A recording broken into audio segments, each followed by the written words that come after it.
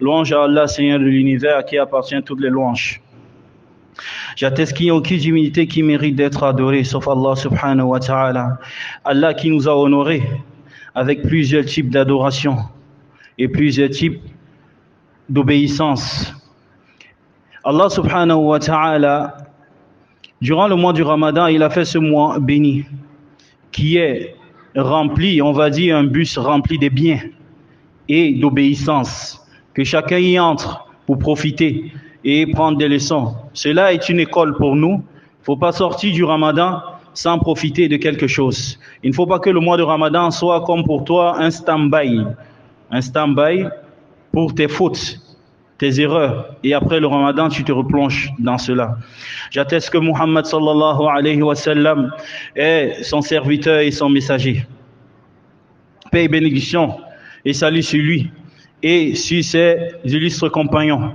Chers frères dans la foi, je me conseille moi-même et vous la crainte d'Allah subhanahu wa ta'ala. Frères dans l'islam, aujourd'hui notre thème parle d'un plié, un grand plié, car l'islam est basé sur 5 choses. Et parmi ces pliés, c'est la zakah. La zakah, acquitter la zakah, c'est une recommandation divine, un plié. Quand on dit un plié, un biquet, une base. Si cela tombe, ton islam pour toi ne servira à rien, pour celui-là qui a des biens. Et Allah subhanahu wa ta'ala, il a jumelé, quand il parle, la plupart dans le Coran, quand il parle de prière, il met à côté zakat. Aqimus salah wa atuz zakat. Et aussi c'est venu dans les hadiths, le prophète sallallahu alayhi wa sallam, pareil, a parlé de cela. Et tellement c'est une chose très importante, Abu Bakr Siddiq, après la mort du prophète Muhammad sallallahu alayhi wa sallam, il y a des personnes qui arrêtaient de donner la zakat. Ils ont refusé complètement. Il a dit il va les combattre. Jusqu'au bout, il va les combattre. Tous ceux qui vont mettre une division entre la prière, faire une différence entre la prière et la zakat. Donc mettre une différence, séparer la prière. Quiconque qui sépare la prière et la zakat. Cela prouve qu'Allah subhanahu wa ta'ala a jumelé cela. Et le prophète sallallahu alayhi wa sallam aussi a parlé de cela. Et il va les combattre jusqu'au bout.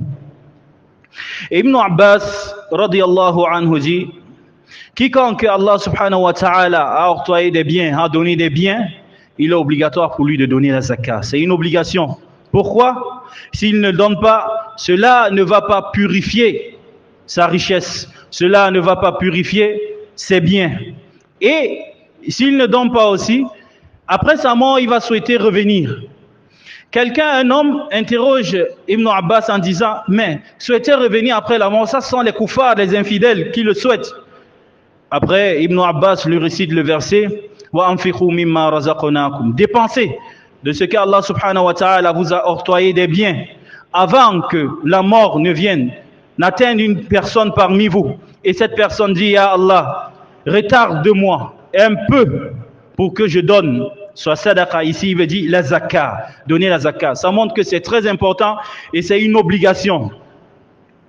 Et Allah subhanahu wa ta'ala, il parle de ceux-là qui ne donnent pas la zakah. Allah les a appelés des mouchrikin, les a traités des mouchrikin, les associateurs.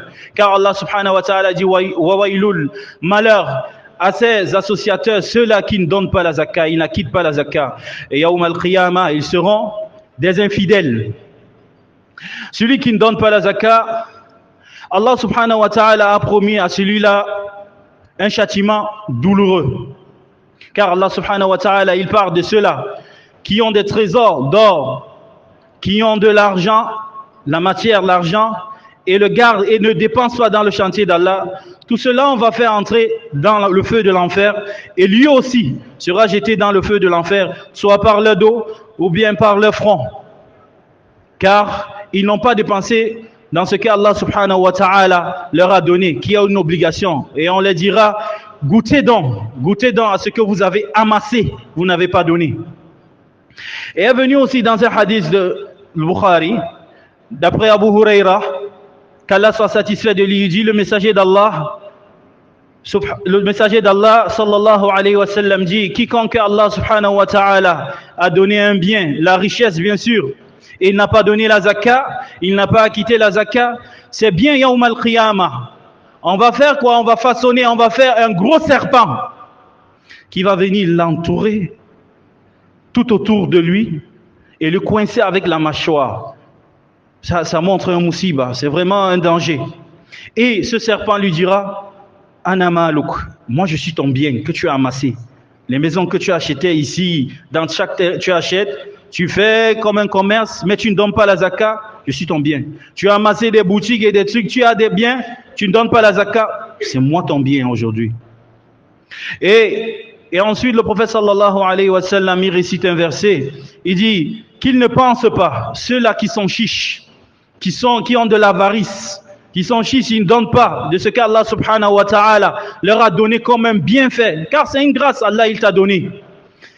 Qui ne pensent pas que être chiche, ne pas donner, c'est un khayr. Bal huwa sharrun lahum.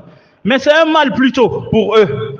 Et Allah subhanahu wa ta'ala, ce bien-là, il va faire, ça va les entourer tout autour de leur cou yawm al-qiyamah. Donc toi, Allah subhanahu wa ta'ala a donné les biens, a gratifié de ses biens, aide les pauvres et purifie surtout tes biens qu'Allah subhanahu wa ta'ala t'a donné en donnant la zakat. Et crains Allah, crains vraiment Allah. La cause, la plupart de ces musibas qu'on retrouve dans cette terre, quelqu'un qui ne donne pas la zakat ou des masses de personnes qui ne donnent pas la zakat, ça fait, il ne pleut pas dans certains endroits. Tout ça à cause de ce musiba. Mais si vous trouvez et vous constatez qu'il pleut, car c'est la rahma d'Allah vis-à-vis de quoi? De ces bêtes, les animaux. Sinon, si c'est à cause de nous là, il n'y aura même pas de pluie. Et toi, serviteur ou serviteur d'Allah, purifie tes biens et purifie ton âme aussi. Toi, riche, qu'Allah a gratifié, purifie ton âme seulement de quoi? De l'avarice. Donne. Ne sois pas chiche, car c'est une obligation divine. Et purifie aussi les âmes de ceux-là, ces pauvres-là, qui ont besoin. Purifie l'âme de quoi? Du hasad, l'envie. Et de quoi? Wal-bourd, la haine.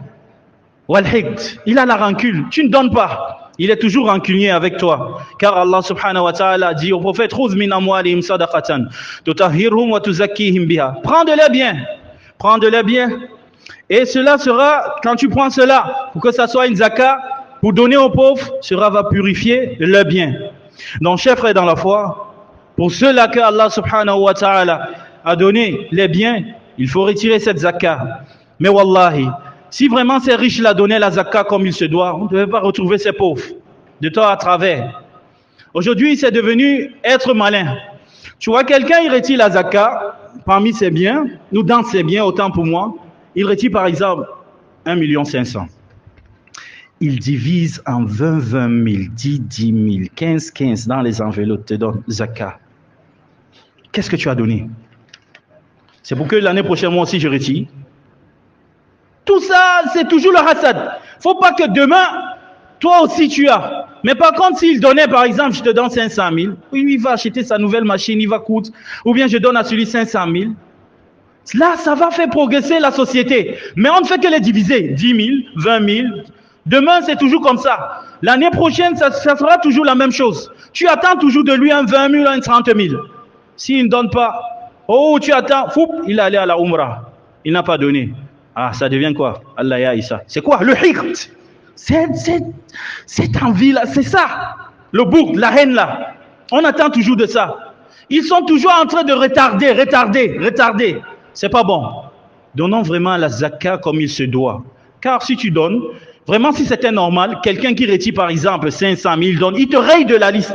Tu es rayé. L'année prochaine, il cherche une autre personne. Ça devait être mieux. Mais à chaque fois, c'est toujours le même processus. Ça tourne, ça n'avance pas. Tu t'attends toujours à tes 20 000, 30 000. Demain encore, tu attends. Il n'est pas là, il t'échappe. D'autres même se cachent. Ils se cachent. Ah, ils vont encore me voir. La zakat. Donnons vraiment nos biens pour ceux-là qu'Allah a donné ces moyens-là. Car soit c'est un châtiment pour toi, soit ça purifie tes biens et ça te purifie toi aussi l'âme. Et aussi la qualité des types de personnes qu'on doit donner la zakat. Il y a les pauvres, les besogneux, ceux-là qui travaillent dans la collecte des zakats et ceux-là que leurs cœurs sont penchés dans l'islam. Il est toujours intéressé par cette religion-là. Et ceux-là qu'on doit affranchir. Et celui-là aussi qui est dans la dette. Il est dans les dettes. Il faut lui donner la zakat. Et ceux-là qui combattent dans le chemin d'Allah, donnent aussi la zakat. Et celui-là qu'il doit voyager, mais il n'a plus l'argent de transport, qui va continuer son voyage, lui aussi on doit lui donner la zakat.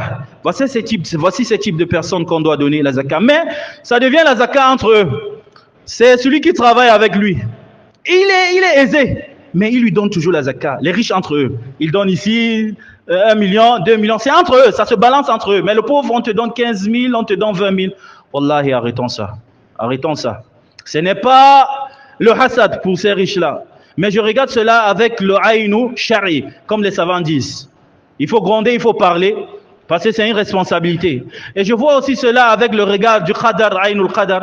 Ça fait pitié, ça fait de la peine. Mon frère, je ne peux pas te voir en train de te plonger dans le feu et ne pas parler. Il est devoir pour moi de parler. Qu'Allah nous mette parmi ceux-là qui écoutent les bonnes paroles et mettent en application. Allahumma salli ala Muhammad wa ala ali Muhammad kama sallaita ala Ibrahim wa ala ali Ibrahim innaka hamidun majid. Wa barik ala Muhammad wa ala ali Muhammad kama barakta ala Ibrahim innaka hamidun majid. Allahumma farrij hamma al-muhmumin wa nasfi al-karb al-makrubin wa qdi ad-dayn 'an al-madinin wa shfi mardana wa marda al-muslimin. Et surtout, j'ai oublié, certains ils retirent la zakat en comptant avec les mois solaires. C'est pas bon. Il faut compter avec l'année lunaire. Car quand tu comptes avec les mois solaires, il y a toujours un moins. Donc c'est mieux de compter avec les années des mois lunaires islamiques.